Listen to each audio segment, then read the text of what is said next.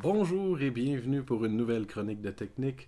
On a eu des nouveautés sur la Xbox Game Pass, j'en ai fait un petit review puis je vous montre ça maintenant. Donc le premier jeu c'est Football Manager 2023 qui est exactement ce que c'est. Donc tu deviens le propriétaire d'une équipe de soccer puis tu vas manager c'est quoi qu'ils vont manger pour souper, puis comment qu'ils vont attaquer rendu sur le terrain, puis ainsi de suite. Je pensais que j'allais peut-être avoir un petit peu une expérience de jeu, c'est moi qui allais jouer, mais non. C'est vraiment un simulateur, tout se fait tout seul. Toi, t'es là pour gérer le prix des hot dogs. Mon deuxième jeu, c'est Return to Monkey Island. C'est un petit jeu de détective, dans le fond. Il faut trouver là, plein d'indices, plein de morceaux à aller chercher pour rassembler, pour faire quelque chose, pour passer à l'étape suivante. Puis c'est vraiment en allant parler aux personnages. Tout. Puis je pense qu'à un moment donné, tu deviens un peu mêlé, tu sais plus trop où donner de la tête. Puis il y a un petit livre mauve magique qui va te dire exactement tout, tout quoi faire. Fait que c'est bon pour ça, d'un sens, t'as pas besoin d'aller voir un solutionnaire sur internet. Tu l'as dans le jeu, il te mène à la prochaine étape. Puis c'est assez simple dans le fond, là, rendu là. Ça va être d'aller chercher un bâton pour une mop, pour te faire une mop. Puis après ça, tu vas pouvoir être engagé dans le bateau parce que tu veux aller sur ce bateau-là qui part à une expédition, puis ainsi de suite. Euh, le début est pas mal une quest de mop. Donc, comment réussir à faire sa mop et aller sur l'équipage. C'est drôle parce que tu sais, il y a des petites passes où ce que les bonhommes ils s'écœurent un peu. Puis, fait que je pense que le côté histoire est très bon. Moi, c'est pas mon style de jeu. Après 3-4 heures, là, ben, beau embarquer sur le bateau, là, j'ai décroché, ça me tentait plus. Fait que c'est un bon jeu pour ça. Mon troisième jeu, c'est Vampire Survivors. Ça me semble un jeu qui a une vibe de téléphone. Tu sais, les petits jeux, là, que t'es un petit bonhomme au milieu, puis là, il y a un paquet de bébites qui t'arrive dessus, puis tu fais juste l'upgrader jusqu'à temps que tout pète, puis tu survives comme ça. Ben, c'est exactement ça, mais une version sur Xbox. Je pense que c'était le fun de pouvoir jouer à ça sur une manette avec les contrôles. C'est quand même plus le fun là-dessus. Tu peux jouer sur ta télé. Fait que ça coupe la vibe du téléphone, mais c'est exactement le même genre de jeu. J'y ai donné un petit peu de temps, puis c'est très addictif hein, parce que tu veux juste pogner le niveau de plus, puis le bonhomme de plus, puis tout. Fait que, mais c'est un très bon jeu, très très bon jeu. Mon troisième jeu, c'est Flight Simulator. C'est vraiment un jeu pour explorer le monde de l'aviation. Fait que tu peux contrôler un paquet de styles d'avion, que ce soit un hélicoptère, un petit... c'est pas un deltaplane, là, mais c'est juste... Avec le vent, là, dans le fond, il n'y a pas de moteur. Puis quand tu mets les indices, les astuces, il te montre le vent vers où il frappe, puis comment tu peux le contrôler. Fait que tu peux vraiment explorer beaucoup, beaucoup au niveau de l'aviation. Attends-toi pas à te battre contre des méchants, il n'y en a pas. Mais tu peux faire un beau looping, puis en dessous du pont, puis revenir, puis à côté des buildings, puis ça, vraiment, tu vas vivre une belle expérience. C'est super cool pour ça.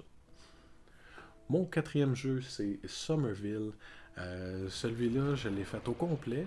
Il m'a duré peut-être 2-3 heures. C'était un bon petit jeu avec une histoire là, d'une petite famille tranquille. Puis là, les aliens débarquent sur la planète. Puis le papa, lui, il va se trouver à avoir un contact avec les aliens qui va lui donner des pouvoirs magiques, qui va pouvoir interagir avec les puzzles qu'il va y avoir dans le jeu. Puis je trouve il était bon ce petit jeu-là. Tu sais, il m'a gardé accroché, puis j'ai vraiment aimé ça du début à la fin. Il nous écœure pas avec les puzzles. Il y en a quelques-uns, puis c'est ce qui rend le jeu quand même le fun. Puis la petite histoire, tu sais, c'était bien comme jeu. J'aime ça, ce genre de petit jeu-là. J'avais déjà joué ça s'appelle Limbo, qui est une petite histoire tranquille. C'est des jeux de 3-4 heures, puis ça, c'est vraiment le fun. C'est des jeux qu'on pouvait rechercher, qu'on pouvait retrouver sur la Xbox Game Pass. Là. Mais petit jeu tranquille, vraiment pas trop long non plus. Fait que t'as l'accomplissement, là, le sentiment de l'accomplissement qui est le fun là, aussi au niveau des jeux vidéo. Euh, Mon dernier jeu, entre parenthèses, c'est Lapin, qui est un petit jeu de lapin, mais qui serait comparable avec, admettons, Céleste, ou c'est un petit jeu de parcours, là, l'autre c'était euh, Super Meatball, ou quelque chose comme ça. Dans le fond, faire du parcours, où ce que t'as pas 56 chemins, là. Le chemin est là, puis faut que tu utilises ce qu'ils vont te donner, puis tu peux pas te planter. Jusqu'à temps qu'à un moment donné, tu fais du parcours, c'est beau, il y a une petite histoire, c'est des lapins qui veulent s'en aller de chez eux, puis là, faut que tu découvres, hein, le nouvel emplacement, puis ben, on va se promener partout, puis c'est ça qui mène là, à avoir des tableaux dans le fond, jusqu'à le boss. Le boss, en fait, c'était plus comme une petite loutre qui décide qui elle va te chasser. Elle va courir après toi. Puis, ben là, vu que c'est du parcours, tu peux pas te planter parce que. Puis là, en plus, elle va venir te croiser. Fait qu'il faut pas que tu y touches. On se bat pas avec. On fait juste s'enfuir.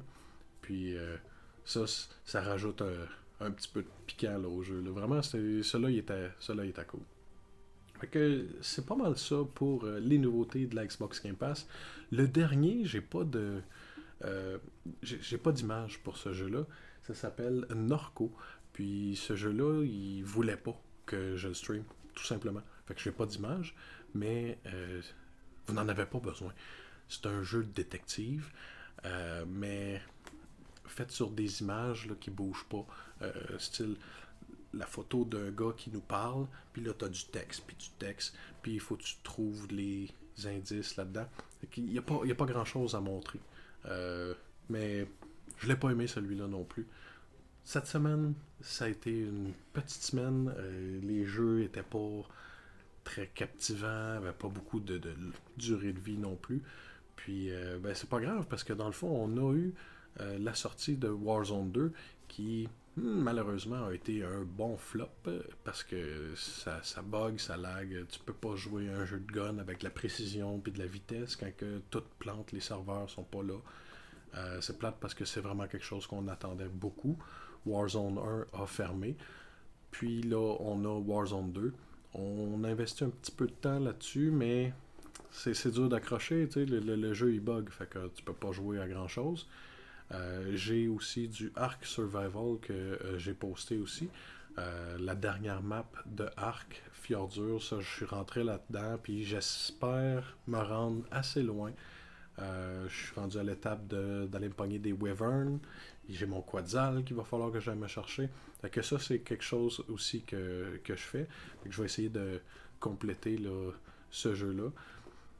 Je pense pas que Warzone va être dans mes prochaines vidéos. Ark, lui, va en faire partie. Puis, sinon, ben, la prochaine semaine de Xbox Game Pass, on a du Battlefield. On a une coupe de jeux, là, vraiment.